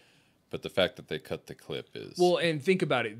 It's not hit the brakes on the car. When you're the driver for the president and you're in the Secret Service, it's protect the cargo. So if anything happens to the car, it's get out of where it is and then assess the damage later. Yeah. No, for sure hit the gas, but I'm just saying, no. How those long guys was the are Secret trained. Service around for at this point, though? I think they'd been around since Lincoln. Really? Like, I believe Lincoln being shot was the purpose for the formation of the Secret Service. Jesse, if you want to look that up. Jamie, look that up. How's it feel to be me? Dude, that is the first 10 seconds that I was not paying attention this entire time. I'm sorry. When was the Secret Service formed, or were they formed as a result of Lincoln being shot? And the other part is, I may be jumping the gun here, but what happened to the car? Because I'm sure if they peppered it and they're missing, that car is going to have... car's going to be damaged more than 3 bullets worth. It's been destroyed. So then how do they justify... What do you mean? Only 3 bullets being shot if the car is peppered. That's part of the deal with the Warren Commission. Like, it's just shady business all around because the Warren Commission, their final deal said that it was 1 shooter, 2 bullets, and 3 shots. So I guess is there any footage or pictures of the car after? No. Okay. No. Okay. But No, and- Greg, Yes. according to SecretService.gov, we are one of America's oldest federal law enforcement agencies, originally created in 1865 to stamp out rampant counterfeiting in order to stabilize America's young financial system. By the end of the Civil War, nearly one-third of all currency in circulation was counterfeit. As a result, the country's financial stability was in jeopardy. To address this concern, the Secret Service was established in 1865 as a bureau in the Treasury Department to suppress widespread counterfeiting. Well, there you go. Something Alexander Hamilton would do. Typical. Typical. So It's just like 100 years later. yeah. Question number 10. Larry Crayford, or Curtis Laverne Crayford, was, as many people were at the time, ex-military and possibly a CIA asset. He worked at a nightclub. What was the name of this nightclub? Was it A, the Rowdy Room, B, the Carousel Club, C, the Veranda, or D, Marcus's? See, Curtis says B, Tyson says C. Curtis is going to get the points. It was called the Carousel Club. The Carousel Club was owned by our friend Jacob Rubenstein. What he was doing was he brought in Larry and introduced him to everybody throughout the club. He's like, "This is my guy. This is Lee Harvey Oswald. He's my man. If you have any questions, you go to him. Like, he's my guy." this is in Texas, huh? Yeah. Yeah, the Carousel Club is a good. If I would, Veranda would have been in like New York. Yeah, see, I made up the Rowdy Room, the Veranda, and Marcus's. Rowdy Room could have been in Texas, though. Yeah, I thought that was I thought that one wasn't bad. I struggled with the last one. Really quickly, Yeah. technically, if you do not give Curtis a chance to stab before the multiple choice on this next question, he is mathematically eliminated. So it's up to you. You wrote the questions. Yeah, absolutely. I'm looking at it. You It would be a very difficult one to stab and answer, likely, but that's how it goes. Would it be? Just before you read off the multiple choice, maybe give Curtis a chance at a stab to do something about it. Ooh, What am I that's at? I'm at a 500-point deficit right now. Is that what I'm at? Yeah, exactly. It's 750 to 1250 right now.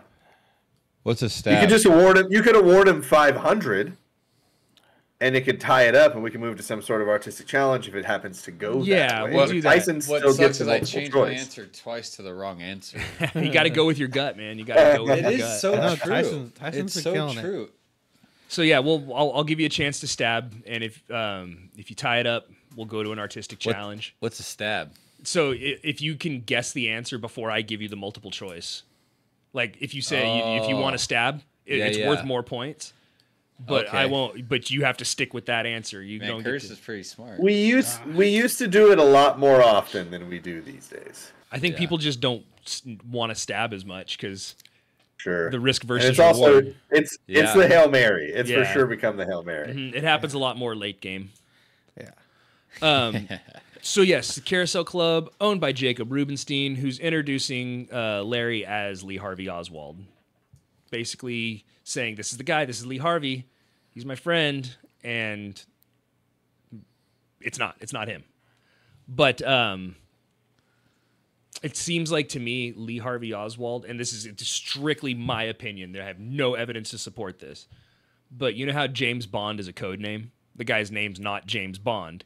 Your agent James Bond 007. Oh, I didn't realize that. Yeah, that's why. That's why they can use a different actor all the time. That's why they change actors, is cool. because James Bond is just the code name. So Oh yeah, I get. Yeah, I don't think I've seen a James Bond movie. So I'm thinking, what if Lee Harvey Oswald is the code name? Oh, And okay. so they get this guy Larry in there, and he's Lee Harvey Oswald, until they get Lee Harvey Oswald in there, who's now Lee Harvey Oswald. You know what I mean? Like, and then you fabricate a bunch of stuff. You're the fucking CIA. You fabricate a bunch of stuff, a bunch of documents. You get like the fake ID makers were at the party. Yeah. You know what I mean?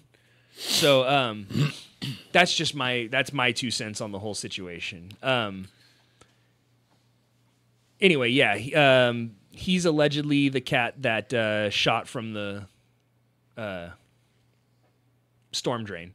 And if you look, there's a still frame from the Zapruder footage, or not. No, I'm sorry. It's a photo from just after the shots were taken, and everybody's starting to scatter except one Dallas PD officer who's like a motorcycle cop, and he's standing there looking down into the storm drain where everybody else is bailing. He's looking straight down at the storm drain, which is a weird thing for him to be doing at that time, unless that's where the sound came from. You know what I mean? Yeah. Well, yeah, I don't know. Yeah. Yeah, like why else would you be focused on that at that time? Yeah. Sees So the red balloon down there. yeah, somebody's like, I was "Hey." gonna say the same thing. Was it a dancing clown?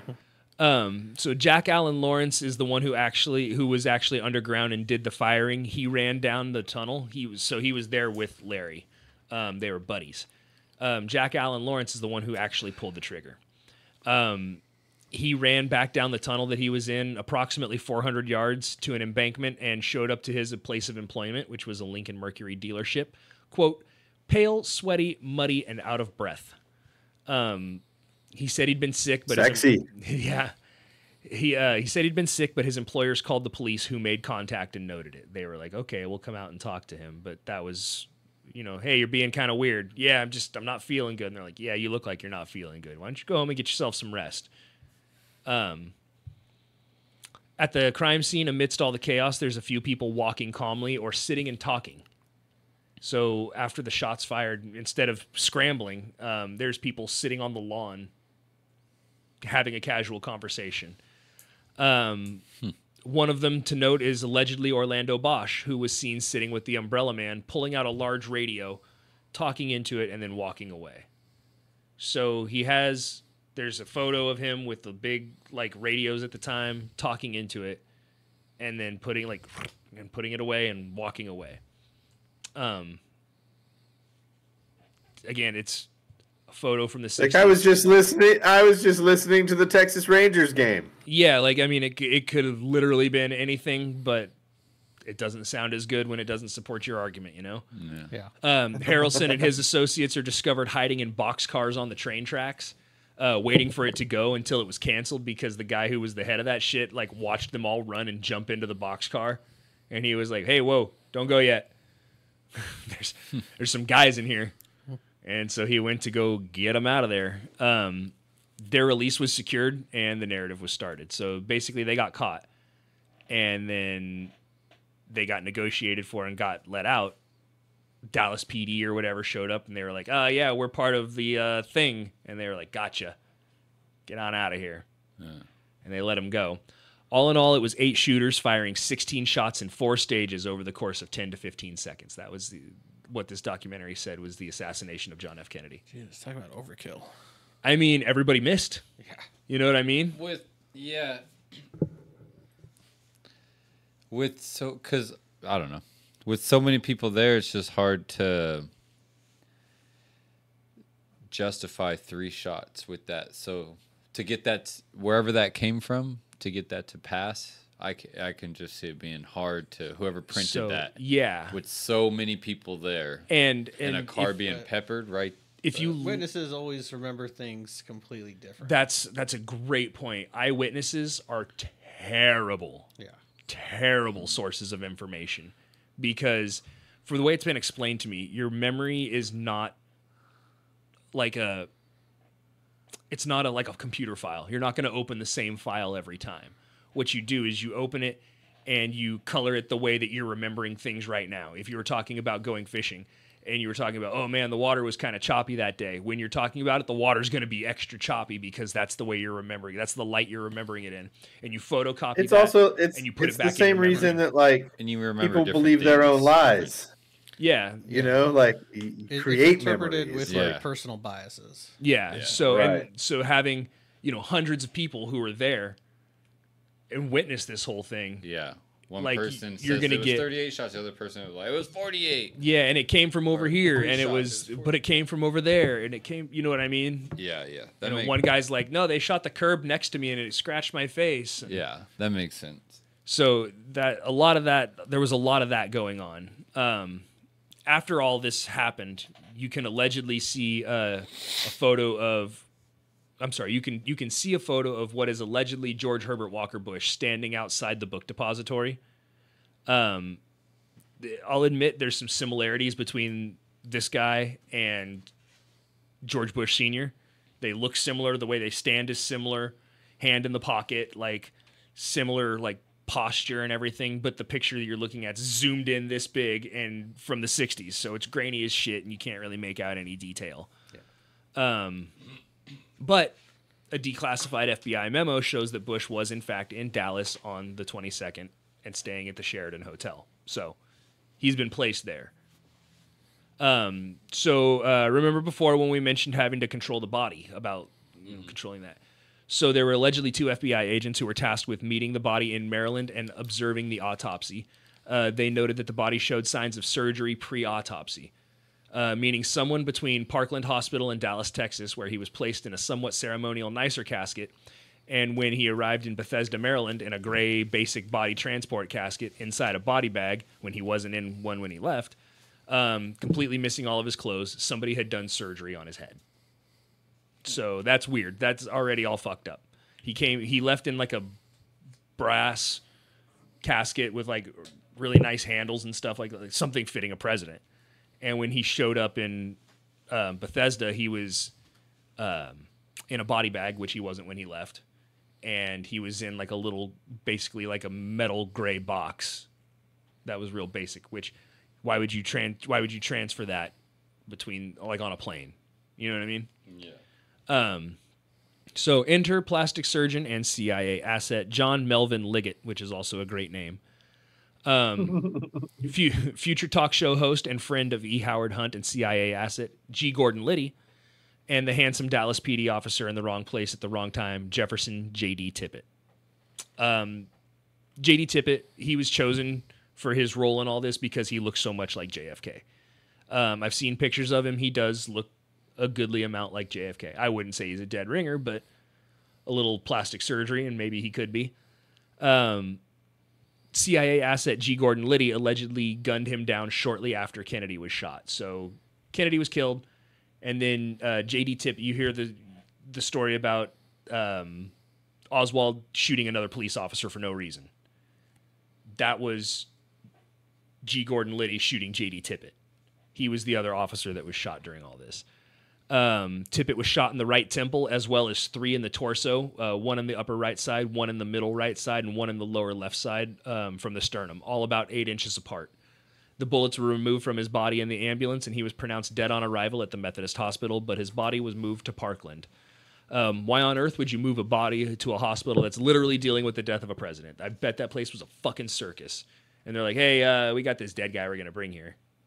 Like, I can imagine. You guys got a minute? Or... Yeah, they were probably just turning people away for everything. But so unless you use the chaos of the situation to your advantage and get kind of lost in the sauce, you could do that. So say you take the body of J.D. Tippit to the airport and load it into Air Force Two, which is now empty because the vice president is on Air Force One being sworn in.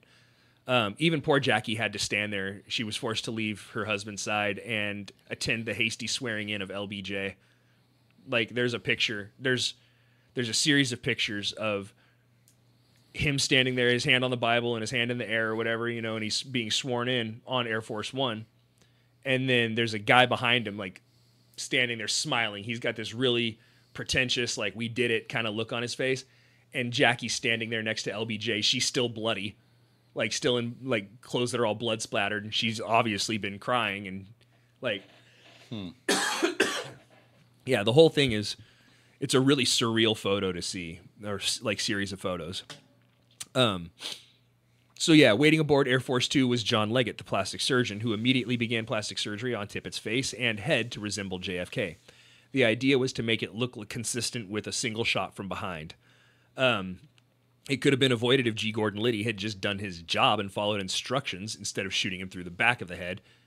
But no, he shot him on the side of the head and then in the torso 3 times.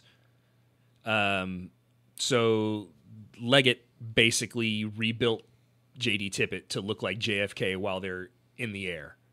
He's doing body switching, post-mortem plastic surgery. It was hurried and slapdash, and everybody knew it. The coffin Kids on that band name. Postmortem, Plastic surgery. body switching postmortem plastic surgery. Yeah, the whole thing. Sounds like a Fall Out Boy song title instead. So the coffin that arrived in D.C. was unloaded in front of everybody, and it was in fact empty. The other two bodies were helicoptered to their destination, but they were so afraid of being found out that there was a military general who refused to leave the side of the empty casket. He didn't want anybody to accidentally open it and see that it was empty. And they were like, well, there's not enough room for you to get in the car with everybody and the casket. He's like, that's fine. I'll sit on this guy's lap. He's a military general. Guy's kind of as high as you go. And he's like, no, I'm going to sit on this guy's lap. Like, come on, dude, be less suspicious. Yeah. Like, that's basically equivalent to him just like locking it and swallowing the key and being like, there, now nobody opens it. Like, come on. So once at the hospital, there was more manufactured chaos, and there were decoy ambulances that paraded media as well as military, FBI, and CIA officials on wild goose chases around the hospital grounds.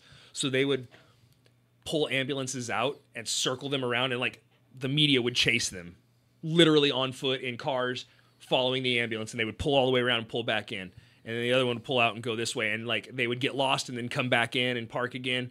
And so they were trying to like shake things up so people couldn't find the actual ambulance that had JFK in it. Yeah. Trying to get photos or whatever.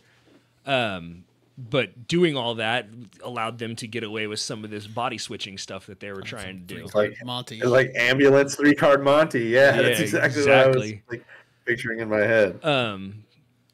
So the body was basically moving around inside during all the chaos.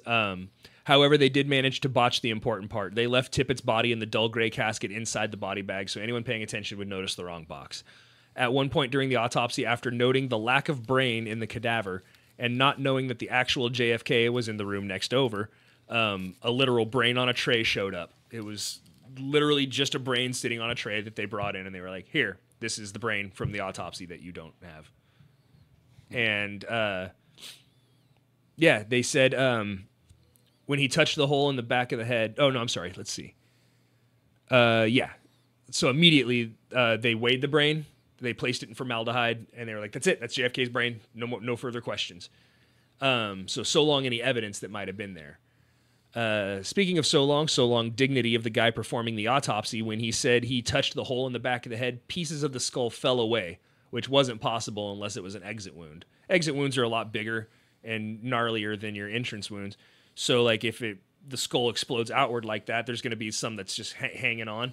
You touch that and it's going to fall away. The entrance wounds, they're real concentrated, so you're not going to have that. Mm-hmm. Well, if he was shot in the back of the head, why is there a huge exit wound on the back of the head? That doesn't make a whole lot of sense. He looked at the entrance wound in the brain, and that's what the evidence said, was that it came in from the back, and then the exit wound obviously on the head. So his autopsy report said that the bullet did a U-turn. It went in, turned around, and came right back out the same spot. Yeah. I have right here, cue Grandpa Simpson walking in, hanging up his hat, seeing Bart turning around, grabbing his hat, putting it on, and walking right back out. That's what the bullet did inside JFK's head. I also think about the Seinfeld episode of when Kramer gets spat on. Yeah, the magic spit, the magic loogie. Yeah, the magic loogie. Yeah, I mean, obviously that's what this is based on, but yeah, It's the same. It's the same idea. So Frank Sturgis even spoke candidly about body switching. He said, according to Bobby Kennedy, at the funeral, they said it doesn't look anything like him. And Jackie said that this isn't Jack. It looks like something you'd find at Madame Tussauds Wax Museum. Like looking at the body, they're like, that's not him. You said Jack, you mean John? Yeah, they called him Jack, but yeah, John F. Kennedy. Yeah. Oh. They looked at him and they were like, this ain't him. And what do you do? Like, how do you say that? You know what I mean? Like, just being in her situation, how do you say, that's not my husband.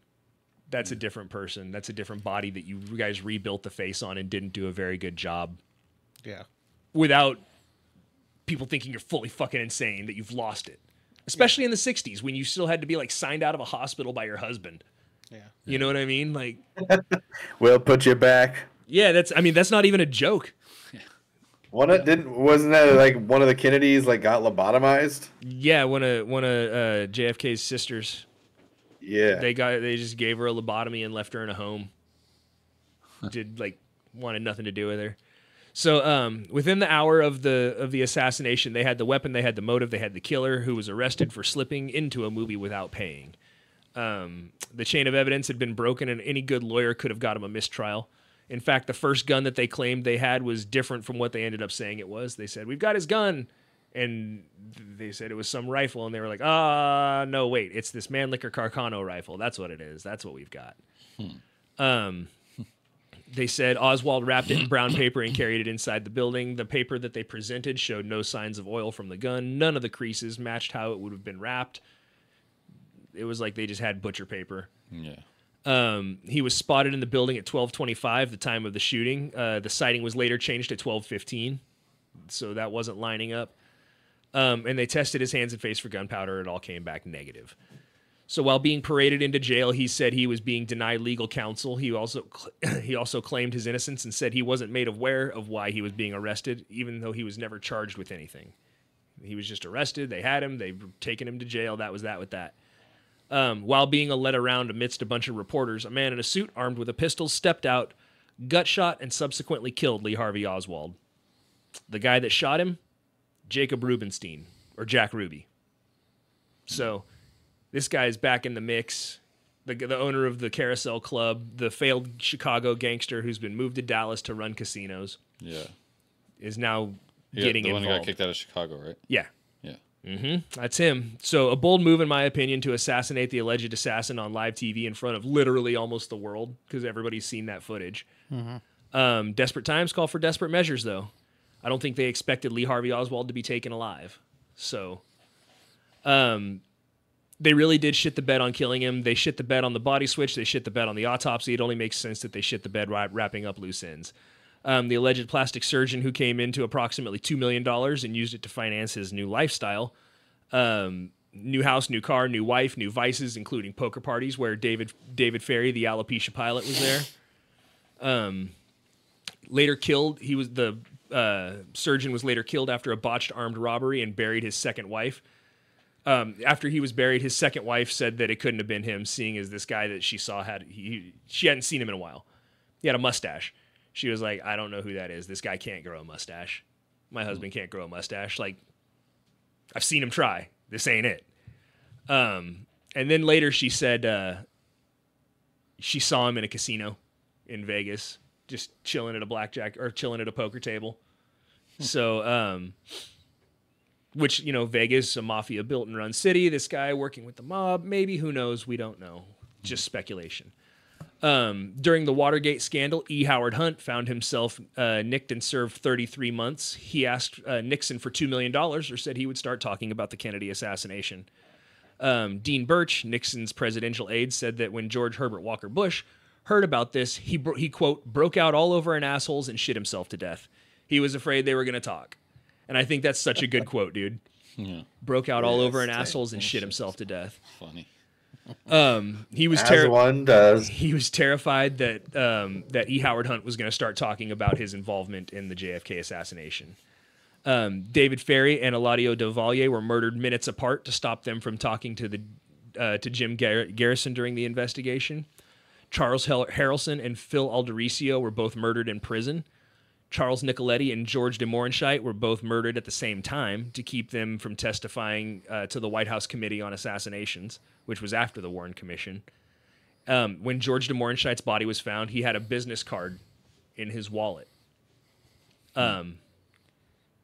This is where you have to stab. Question number 11. Whose business card was it? Now, if you want, you can stab too. If you stab and you get it, it'll tie the game, and we go to an artistic challenge. No, I'm going to force him to go for it. Yeah, I was going to say, and also technically the smart thing to do would be limit it to 4 and guess, because if you get any points, even if he stabs and makes it, you win. Yeah, I'm laying up. Yeah. Yeah. I'm in the lead right now. So go ahead and write it down. Whose business card did he have? Yeah, George de Yeah, Montchal's write it down. body was Don't found. say it. His body was found. He had a business card in his wallet. Whose business card was it? I really want you to get this too. You know, you're not as far off as you might think. Tyson, your options are A, Richard Nixon, B, Lyndon Johnson, C, George Bush, or D, J. Edgar Hoover. Oh, those are a little bigger names than I thought. Who? LBJ. Think it was LBJ's business card? Yeah. Curtis said Liddy. G. Gordon Liddy, which so it said George Poppy Bush, Zapata Petroleum. Oh. So it was George Bush's who was working for the CIA in Dallas at the time. It was his business. Still a card that Tyson they victory. found. Still a Tyson victory. Congratulations. Yep. Congrats. We're almost done here. Couple of more murders that were from guys who were involved. Johnny Rosselli, who was murdered before he could testify to the same committee. He was found in an oil drum in Miami. Malcolm Wallace and Lee Bowers were murdered in the same way. They were forced off the road and had their heads smashed into the steering wheel until they died from it. Oh, Jesus. Sam Giancana was shot in the back of the head while cooking sausages. Richard Kane from Dallas PD was shot in the chest with a sawed-off shotgun in a deli. Seems like a pretty boss way to go if you're asking me. I was going to say that. Let's choose our favorite way to die here. Yeah, so far Sandwich in hand for sure. that beats making the hell out of sausage. getting your head smashed into a wind or into a steering wheel. Yeah. One and Just done. say the other one was so close. Like if I had already eaten one sausage and was cooking some more, that's how I want to go. Yeah. That's ideal. It seems as if some of the people can toe the line after seeing what happens if you don't. In an interview with the ER doctor that saw Kennedy, he said his story isn't lining up with things. He said that there were other other things were said in some other documentaries, and his story doesn't really jive with all of them. One claim that he makes is that Jackie wouldn't leave her husband's side. She allegedly sat at the end of the bed, refusing a room, refusing to leave, holding his foot and saying, "I won't leave him." According to this doctor, she was in a folding chair in the hallway. She just sat in the hallway in a folding chair. That seems kind of unfitting of a traumatized first lady, so I don't know if I necessarily believe that. And if you can't remember where the first lady was, you probably are missing other details as well. Just my guess, because that seems like a pretty important one. He said that Kennedy was gasping and, quote, had good cardiac activity when he arrived in the ER. I'm going to say no. He had a 5-inch chunk of his head missing, so he probably didn't. Which means he said they attempted life-saving techniques, including, quote, a tracheostomy, which I didn't know it was called that. I thought it was called a tracheotomy, but that might be a different Maybe procedure. that's it. I was just going to say, maybe it's just like a slightly different thing. Yeah. But it's a 10-minute drive from Dealey Plaza to Parkland Hospital, so you're going to tell me that this guy was alive for 10 minutes, and then they got him inside, and then the doctors tried to save him, assess the situation, and they're like, "Look, this is the president. We got to do something," and he's just like, Yeah. what? Like, I feel like he's not alive during any of this, so this guy's just way off the mark, but that's just me. But, however, Lee Harvey Oswald was gut shot and sustained, quote, such a loss of blood and that he was in deep shock and had irreversible damage to his heart. So, that's weird. But in addition to the doctor saying this, the detail he goes into is almost too much. He mentions things like the First Lady story and saying, I had to force myself to keep walking down the hall toward Trauma Room 1 near the emergency room. Then the interviewer asked what he meant by force himself, etc., and he answered concisely, then retold the entire story almost verbatim like it was rehearsed. So, like, he keeps providing a bunch of detail to make it sound true, but none of the details really... It's all easily provable stuff. Yeah, you have to walk down the hallway towards Trauma Room 1. Like, yeah, we can all see that. But why are you mentioning that? We're asking about this. You know what I mean? Again, he provides so much detail that's not really relevant to the story, but detail's there, so it's got to be true. Ultimately, I encourage you to do your own research, think objectively about the whole thing, and watch the documentaries, read the books, use your brain. It's easy to get lost in the sauce because I know with JFK, with the CIA. There's this thing called Operation Mockingbird, and basically they have CIA paid people at a bunch of different levels throughout media, heads of newspaper, heads of publishing, heads of radio stations and television networks and stuff like that. And so if they're like, hey man, we need a story squashed, that story gets squashed because it never makes it through. The reporter's doing their job, they're trying, but it never gets published because somebody's there to keep the lid on it. Yeah. So a lot of that has happened with JFK. If you look at Oliver Stone's movie about called JFK, it's got its own story that it goes with. Not to bash on your boy Stephen King, but like him having a book about it pushes, although it is an alternative universe, it pushes the same kind of thing. There's a lot of different stories about it. Like there's a video of a guy who's talking about this, he's sitting there, this old man, and he's talking about, well, I could be the very last one who ever saw this man alive, and he starts crying and everything. Well, obviously you weren't. This guy lived for another 10 years. Like, and we can prove it. So here you are just full on lying in this interview. Like, so there's a lot of stuff that's easy to discredit, but you kind of got to look beyond the surface level. And again, a lot of the stuff I mentioned tonight, a lot of it's alleged because there's a vacuum of information. And when there's a vacuum of information, you fill it in with what you know. We know the government has done these things. Like I showed you facts. The government has done this, this, and this. They were working with this person, and this person. So that we know. So over here, when there's a vacuum of information and them doing that same thing makes that make sense, it fills in just nicely. You're just seeing the same habits being repeated, the same patterns. Yeah. So. Anyway, that's some of the JFK conspiracy. There's, I guess, That's the end of my freaking report. Yeah, the 2039 is when the last of their documents will be declassified. So, gotta wait a little longer. 16 years. Most of us will say we'll make it there. We'll make it. I don't know, man. I didn't say we want to. It's a long ways away. Well, thank you both for being on. I appreciate it. Curtis, gave it your all. You almost had it there at the end. Yeah. That was a good guess. You had a good guess. Yeah, you were there, man. And especially because when you put Liddy and it said George Poppy Bush, like, because that was his code name, I was like, oh shit, like I hadn't even mentioned that, I don't think. And so that was a good guess. Yeah. Tyson? I was guessing too. Good guesses. Yeah, man. Victory lap. Anything you want to say? Anything you want to add? Anything anybody wants to add or say? Or no, I'm curious about. To watch the documentary. Tyson's got some research to do now. Yeah, dude. I always walk out of here with more questions than answers. Yeah. Yeah. That's what we're good for. And I told you I like to see stuff for myself, or just dude. So like that. Read it between the lines. It's a pretty low budget documentary. It's called JFK to 9/11. Everything's a rich man's trick. It's pretty low budget. There's a lot of clip art that they use and stuff. And the British guy narrating it like pronounces stuff funny sometimes. But that's as they are wont to do. Yeah, but that's pretty much it. That's JFK in a nutshell, boys. Tyson, thanks for pulling through last minute for us. We appreciate it. Yeah, dude. Yeah, for sure. I had nothing to do. Hell yeah.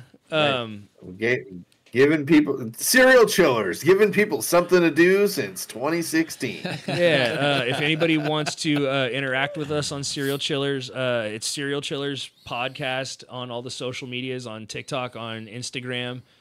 We got a Patreon page. SerialChillersPod.com has pretty much everything. You can make one-time donations. You can do a monthly thing with Patreon. You can get extorted for money on lonelyfanswith2z's.com.